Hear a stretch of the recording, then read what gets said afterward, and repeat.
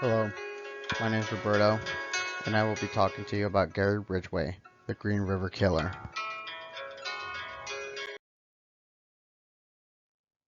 Gary Ridgway was born on February 18th, 1949, in Utah. He spent the majority of his young adolescent years being raised in Seattle, Washington. Ridgway was the second of three sons and was born to Mary and Thomas Ridgway. It has been documented that Ridgway has troubled childhood and often had violent verbal encounters with his parents, primarily his mother. Ridgway always feared his mother because of his strict demeanor and for the demeaning ways she disciplined him. Ridgway was a chronic bedwetter in his early years. During these instances, it has been documented that Mary Ridgway would berate her son in front of his brothers and stand him up in the cold shower to give him a cold bath while paying special attention to his dirtiest parts. This was referring to his genitals.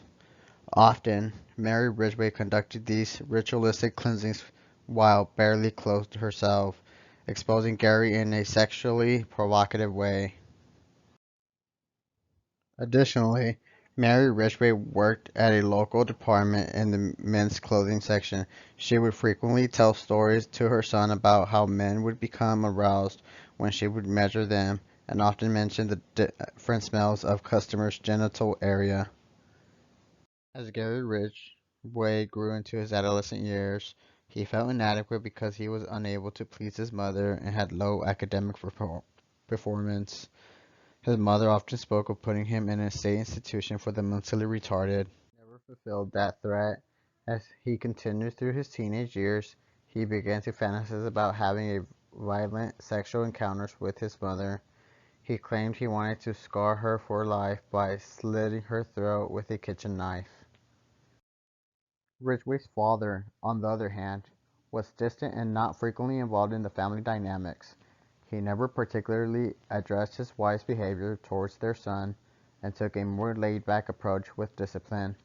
According to Gary Ridgway, his father was the one who introduced the idea of necrophilia to him. Specifically, he would share stories of the time as a mortician. He worked in a mortuary when Ridgway was a young boy, and when he would come home, he would tell his son stories of coworkers who enjoyed engaging in necrophilia at the mortuary. In time, the story would become the subject of Ridgway's teenage sexual fantasies. Gary Ridgway would go on to state in an interview that he loved the idea, and quotes, having sex with someone who is dead because you wouldn't get caught, no feelings, she wouldn't feel it. Ridgway eventually graduated high school at the age of 20 with a D average. Throughout those adolescent years, he began killing animals, setting fires, and obsessing over true crime stories.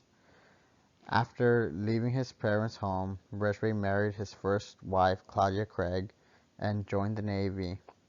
During this specific part of his life, Ridgway claims his obsession with prostitutes began. After returning from the Navy, Ridgway learned his wife had cheated on him frequently. After this discovery, he quickly divorced her, and soon after, he remarried a woman by the name of Marcia Winslow. His second wife would become his first choking victim. At one point in time, she would go on report that Ridgway enjoyed sexual bondage and taking her to secluded places like the bank of the Green River to have sex outdoors.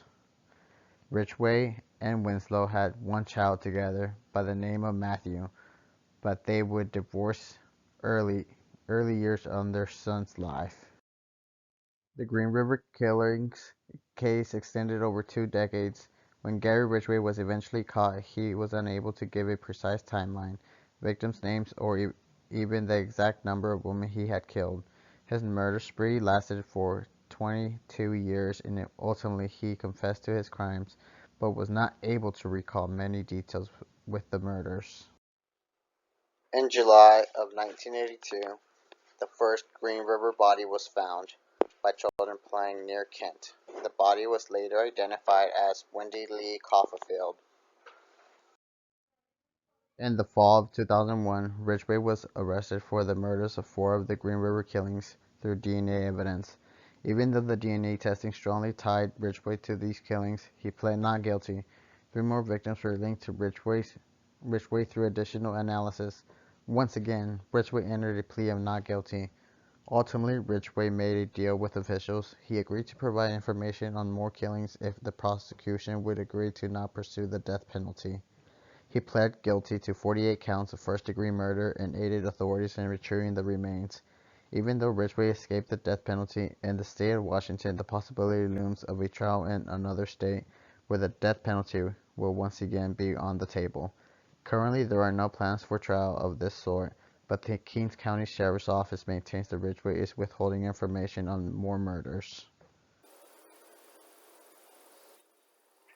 FBI profiler Mary Ellen O'Toole is using a carefully devised psychological strategy in her interrogation of the Green River Killer, Gary Ridgway. Her goal is to get him to confess to 44 unsolved homicides where no physical evidence exists that could link him to the crimes. O'Toole is recognized as the FBI's leading expert in the area of psychopathy. Many of these men kill women. They may maim them and sexually assault them, but they love talking to women. They love talking to people that are good interviewers and that will listen. My strategy was to get him talking and to have him do most of the talking. How do you do this? I figured it's less real good. It'll toss and turn. Good. I would also sit very close to him so that I could maybe touch his elbow and say, Gary, tell me what it feels like. The questioning goes on for weeks. Some sessions last for hours. Turn him off and he will not talk. And your goal is to keep him talking. And finally, something within Gary Ridgway cracks. Bit by bit, he starts talking. Nothing started at an early age, but sex, hurting the woman.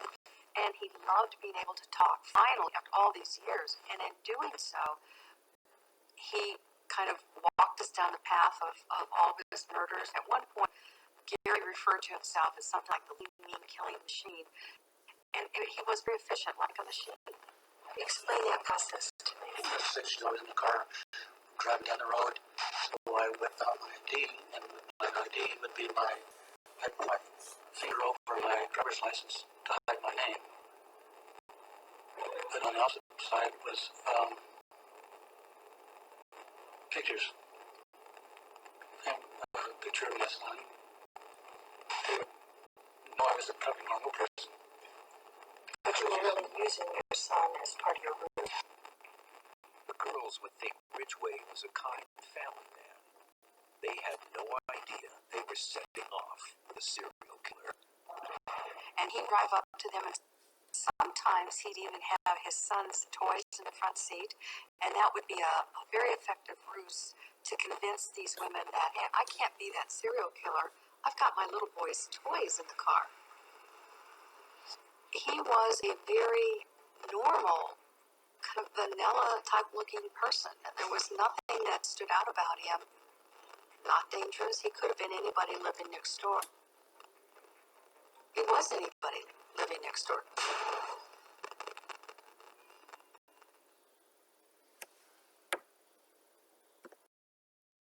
When finally captured, Judith could not believe that Gary Ridgway was the Green River Killer. She stated that he was the perfect husband, that he would make them feel like newlyweds 24/7, and she quoted on saying that I had the perfect husband, but he was the perfect murderer. These are all the women that have been identified to have been killed by the Green River Killer, Gary Ridgway. Gary has claimed that he has killed more than 48, but just cannot remember. Police officials also believe him and say that he probably killed more than 71, but have not been able to connect and with the Green River Killer. They also believe that Gary Ridgway has been hiding evidence or withholding evidence from them. Gary Ridgway is currently serving 48 life terms in Walla Walla County in a state penitentiary in Washington.